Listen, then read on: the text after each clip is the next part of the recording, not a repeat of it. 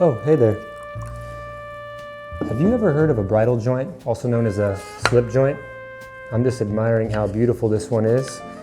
Most people use these for face frame cabinetry, and it's one of the first joints you learn in woodworking. Most people cut them on a table saw with the dado stack, but today I'm going to show you an even better way to do that using only a bandsaw. It's faster, it's safer, and it's my new favorite way to cut bridle joints. So let's go do it.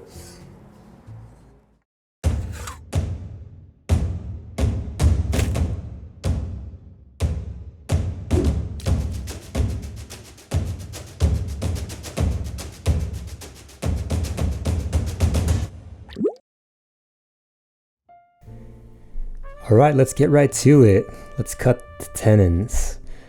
So the first thing I'm gonna wanna do is set my fence to where my tenon thickness looks like it's going to be anywhere between 1/2 inch to 3/8. I like to typically make my tenon about half the size of the thickness. In this case, our thickness is 3/4 of an inch. So I'm aiming for roughly 3/8 thickness for this tenon. If it looks close enough, I leave it. If I need to make an adjustment, I do it now. Now I'm just laying out for the depth, which in this case is 2 inches. I made a little mark, set it to the front of the blade, and then I just bring forward any kind of stop block.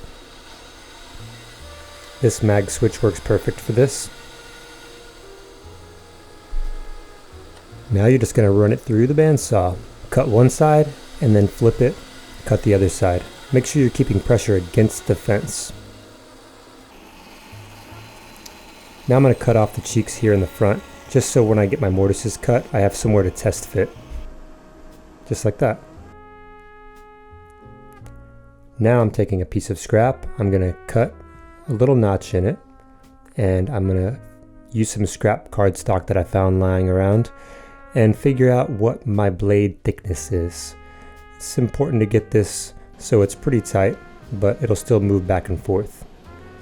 Alright, so here's where the magic happens. Make sure you loosen your mag switch if you use something that's going to prevent your fence from moving over. Stick those cards in between your stop block and your fence, and then re-clamp the fence back down. This sets your fence perfectly to cut your mortises. Do not forget to tighten that mag switch. You need your stop block still. Not done with that quite yet. Alright, and just a reminder, I'm still my own sponsor, so if you like this channel, you like what we're doing, and you want to help us out, pick up some merch. Now, back to the video. It's going to be the same process for the mortises, except for now you have to remove that inner waist. So keep that stop block there so you don't accidentally go too far. I'm using that to make sure that I get all the way to the back of my mortise. Get those shims out carefully and use the side of the blade back and forth, left to right, to flatten that bottom. No chisel work needed. Let's check our fit. Now if you do have a problem with your fit, it's too tight or too loose, just adjust those cards, either add one or take one away and recut it. Now I'm just setting the depth so that we can cut the rest of the cheeks off of our tenons. Just be careful not to go too far. You can accidentally put a notch in the tenon if you're not careful, which would show in the joinery.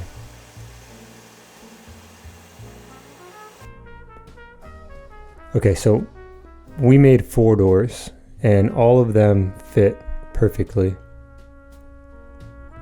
However, there were a few that were swollen and too tight for my liking, especially when we want to get glue on these. So just a little bit of a skew plane, number 140. I like that one because the blade runs all the way off the edge, allowing me to get all the way to the shoulder of the tenon. Just a little kiss, and this bad boy is ready for a full fit.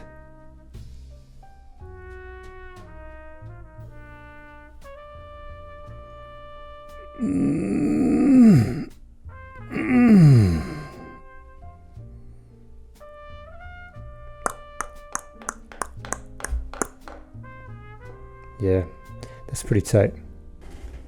So that's it for this video. Please share this with somebody who you think would find this useful like I did. Don't forget to like, comment, and subscribe. See you in the next one.